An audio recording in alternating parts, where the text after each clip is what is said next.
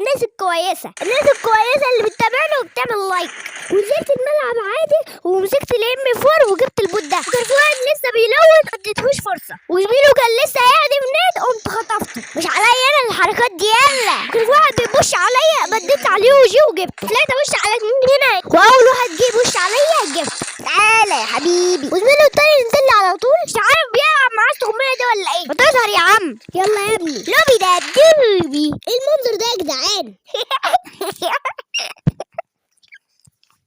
وبعد ما جبتهم قعدوا يتخانقوا مع بعض، والله فصلوني يا جدعان وقعدت ارقص عليهم. سمعت صوت واحد معدي قمت طالع وجبت واحد واقف فينا مش عارف بيعمل ايه. الو في حاجه يا ابني؟ تسكاله طلعت قوم على طول. في الاخير كان باين وفتحت سكوب وجبت.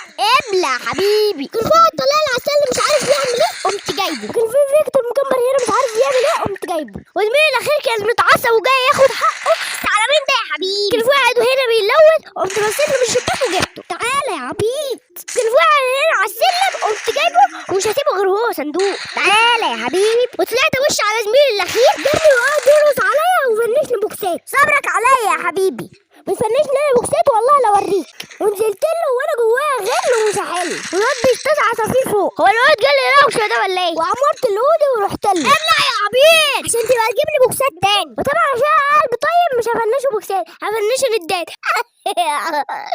وواحد جاب اخويا ونزلت له بالاوضه ولمشته وبدلت على الام 4 وجبته. والواد طلع خنزير وفنش على طول. وانا داخل الاوضه لقيت واحد جاي يبص عليا قمت جايبه. وانا طبعا عشان قلبي طيب هفنشه بسرعه. شفت انا قلبي طيب ازاي؟ ابلع يا حبيبي.